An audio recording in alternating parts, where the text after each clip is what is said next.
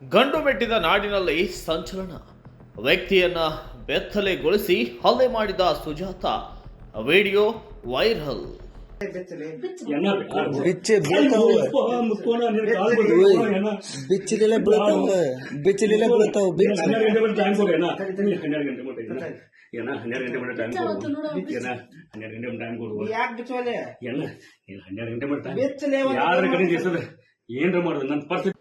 ಹುಬ್ಬಳ್ಳಿಯ ಕೇಶವಪುರ ಠಾಣೆಯ ಪೊಲೀಸರ ವಿರುದ್ಧ ಬಿಜೆಪಿ ಕಾರ್ಯಕರ್ತೆ ಸುಜಾತ ಅವರನ್ನ ವಿವಸ್ತ್ರಗೊಳಿಸಿ ಬಂಧಿಸಿದ್ದಾರೆ ಎನ್ನಲಾದ ಆರೋಪದ ಪ್ರಕರಣದ ನಡುವೆ ಇದೀಗ ಸುಜಾತ ನಡೆಸಿದ ಕ್ರೌರ್ಯಕ್ಕೆ ಸಂಬಂಧಿಸಿದ ಮತ್ತಷ್ಟು ವಿಡಿಯೋಗಳು ಸೋಷಿಯಲ್ ಮೀಡಿಯಾದಲ್ಲಿ ವೈರಲ್ ಆಗಿವೆ. ವೈರಲ್ ವಿಡಿಯೋಗಳಲ್ಲಿ ವ್ಯಕ್ತಿಯೊಬ್ಬರನ್ನ ಬೆತ್ತಲೆಗೊಳಿಸಿ ಹಲ್ಲೆ ನಡೆಸಿರುವ ದೃಶ್ಯಗಳು ಕಾಣಿಸಿಕೊಂಡಿದ್ದು, ಹಣಕ್ಕಾಗಿ ವ್ಯಕ್ತಿಯನ್ನ ಕಟ್ಟಿಹಾಕಿ ಥಳಿಸಲಾಗಿದೆ ಎನ್ನುವ ಆರೋಪಗಳು ಕೂಡ ಕೇಳಿಬಂದಿವೆ.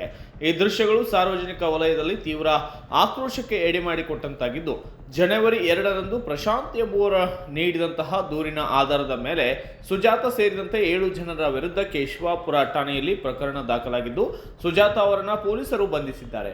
ಇದೇ ಕೇಸ್ನಲ್ಲಿ ಇನ್ನುಳಿದ ಆರೋಪಿಗಳಿಗೆ ಪೊಲೀಸರು ನೋಟಿಸ್ ನೀಡಿದ್ದು ಎನ್ಕ್ವೈರಿಗೆ ಹಾಜರಾಗುವಂತೆ ಸೂಚನೆಯನ್ನು ನೀಡಿದ್ದಾರೆ.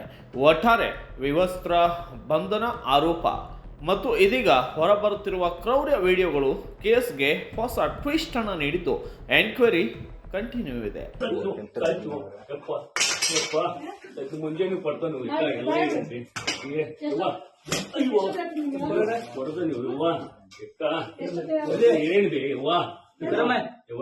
Bureau report, Kannada Janashree news, Hubballi.